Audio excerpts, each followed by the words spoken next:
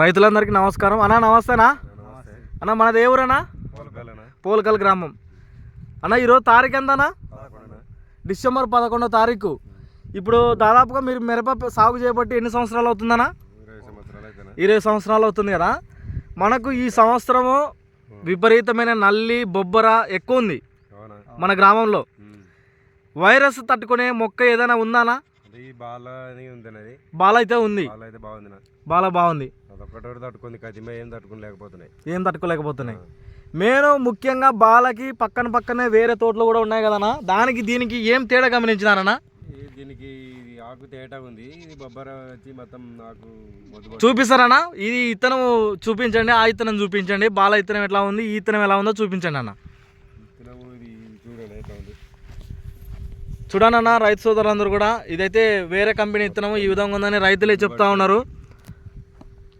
గజ్జి ముడత ఎక్కువైపోయిందని ఇత్తనానికి, ఆ ఇత్తనానికి లేదు. మరి ఆ ఇత్తనానికి పక్కనే ఉంది కదా, ఎందుకు రాలేనా?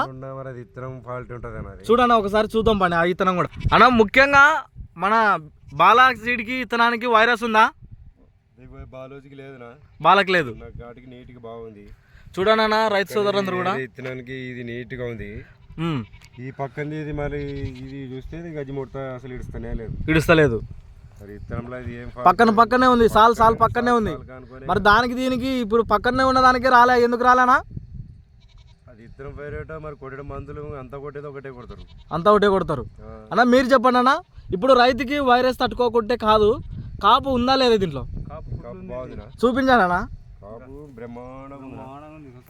ఇంత మాత్రం చాలు, రైతు బంగారులకు బాగుపడచ్చు.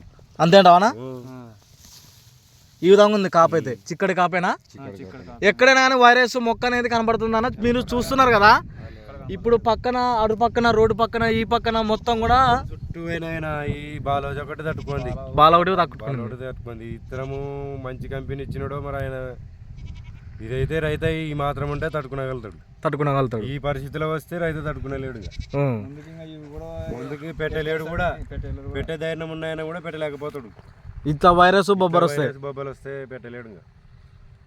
మీ ఫోన్ నెంబర్ చెప్పనా అన్న? ఫోన్ నెంబర్ అన్నా? 78 93 38 25 47.